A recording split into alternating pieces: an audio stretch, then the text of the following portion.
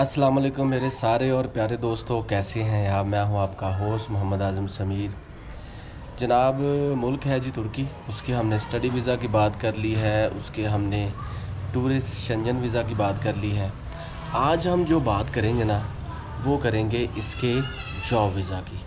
देखो दोस्तों, बहुत से लोग हैं जो तुर्की में जाना चाहते हैं, जॉब करना चाहते हैं, वहाँ पे वर्क परमिट पे वो कुछ करना चाहते हैं, पैसे कमा के घर आना चाहते हैं। तो अगर आप लोग ये सोच रहे हैं कि तुर्की में कुछ ना कुछ है और वहाँ पे आप जॉब कर सकते हैं, तो ये वीडियो है जी आपके लिए। जी तो दोस्तों, मैं हूँ आपका सबका मोहम्मद आज़म समीर। अभी बात चल रही है जी जॉब की, वो भी तुर्की में। तो एक चीज़ ज़हन में रख लें, तुर्की में जॉब अप्लाई करने से पहले 2-4 बातें हैं जिनका पता होना आपको बहुत ही ज़रूरी है।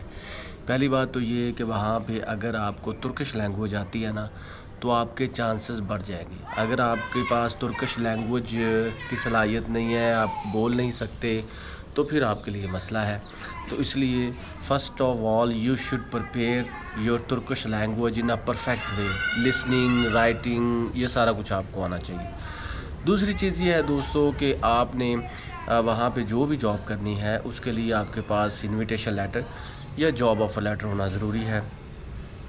अगर ये दो चीज़ें नहीं हैं तो फिर आपका वेस्टेज ऑफ टाइम है अप्लाई करना, क्योंकि अनटिल और unless don't you have invitation letter, it's all in vain कि आप वहाँ पे अप्लाई कर रहे हैं, अपने पैसे ज़ाया कर रहे हैं और अपना टाइम का भी ज़ाया कर रहे हैं। ये तो होगी जनाब दो बातें। अब तीसरी बात ये है कि आपके पास डॉक्यूमेंट्स क्या होना चाहिए। अगर आपके पास वैलिड पासपोर्ट नहीं है, अगर आपके पास वहाँ का जॉब ऑफ़र लेटर नहीं है, अगर आपके पास छोटी हल्की मुल्की सी बैंक स्टेटमेंट नहीं है, अगर आपके पास आपने पूरा फुल फ्लैज जो प्रोसेस पूरा नहीं किया, अगर आपके पास हेल्थ इंश्योरेंस के डॉक्यूमेंट्स नहीं है, अगर आपके पास आपकी हेल्थ ठीक नहीं है, उसके कोई प्रूफ्स नहीं है आपके पास, प्लस आपके पास जितने भी एकेडेमिया के डॉक्यूमेंट्स हैं वो अटेस्टेड नहीं है, वेरीफाई नहीं है, और आपके पास कंफर्म रिटर्न टिकट नहीं है या वन साइड की टिकट नहीं है, तो फिर आपका अप्लाई करना बेकार है, बेसूद है। ये उसके लिए रिक्वायर्ड डॉक्यूमेंट्स हैं।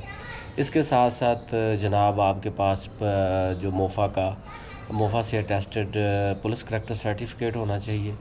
प्लस जो लोग आपको वहाँ पे इनवाइट कर रहे हैं, जो कंपनी है, उनका मुकम्मल आपके पास मालूमात होनी चाहिए, मुकम्मल नॉलेज होना चाहिए और आपकी जॉब कंफर्म हो।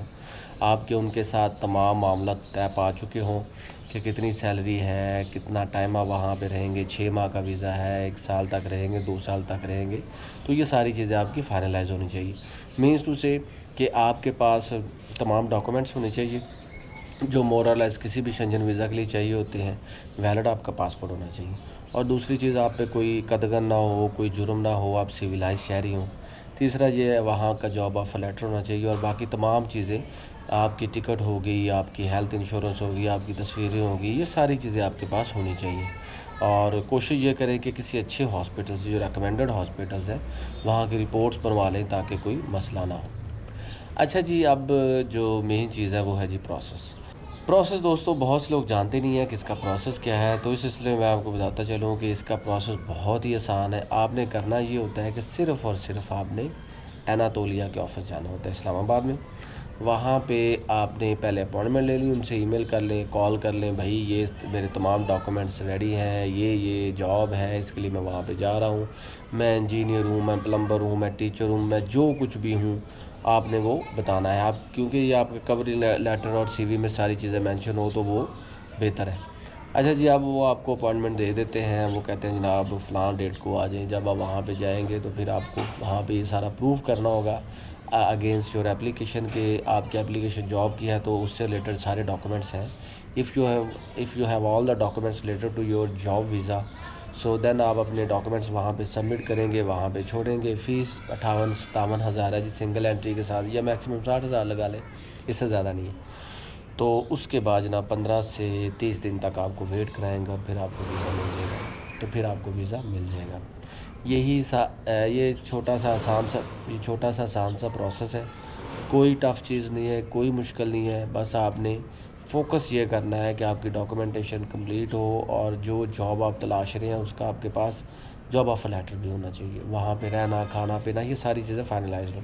अच्छा जी, लास्ट बट नॉट लीस्ट वो ये है कि तुर्की में जाने से पहले वहाँ के हालात को भांप लें कि अभी वहाँ पे क्या चीज़ें चल रही हैं, कौन सी जॉब है। वैसे जो रिसेंटली मैंने देखा है कि वहाँ पे बहुत से लोग हैं, बहुत से लोगों ने नेशनलिटी के लिए भी अप्लाई किया है, बहुत से लोगों ने वहाँ पे जो परमिट के लिए भी अप्लाई किया है, बहुत से लोग हैं जो वहाँ पे इमिग्रेशन के सिलसिले में भी जा चुके हैं। लेकिन मोस्टली ये मैं आपको नाउम्मीद नहीं कर रहा हूँ, लेकिन मैं बता रहा हूँ फैक्ट्स कि समझ लें कि 68% लोग जो हैं वो नाउम्मीद ही वापस लौटे हैं। ठीक है, तो इसलिए आपको ये चीज़ पहले भांपनी होगी। दूसरी चीज़ ये है कि आप ज़्यादा देर ना रहें, 1 साल 2 साल की जॉब करें, अच्छी सैलरी। मैं आपको यही बताता चलूँ कि सैलरी वहाँ पे उसका क्या लेवल हो सकता है कि देखें, तुर्किया बुर्सलारिया का जो स्कॉलरशिप है ना पीएचडी के लिए, वो सिर्फ 60-70 हज़ार से ज़्यादा पैसे नहीं देते आपको, हालांकि चाइना आपको 3 लाख तक भी दे देता है। तो ये एजुकेशन का हाल है। तो देखें मज़दूरों के लिए या दूसरी चीज़ों के लिए कितनी सैलरी होगी। लेकिन अगर आप वेल क्वालिफाइड हैं, आप चार्टर्ड अकाउंटेंट हैं, आप एआई स्पेशलिस्ट हैं, या आप वाकई बहुत बड़े स्कॉलर हैं या प्रोफेसर हैं, तो फिर आपको अच्छी सैलरी मिल सकती है।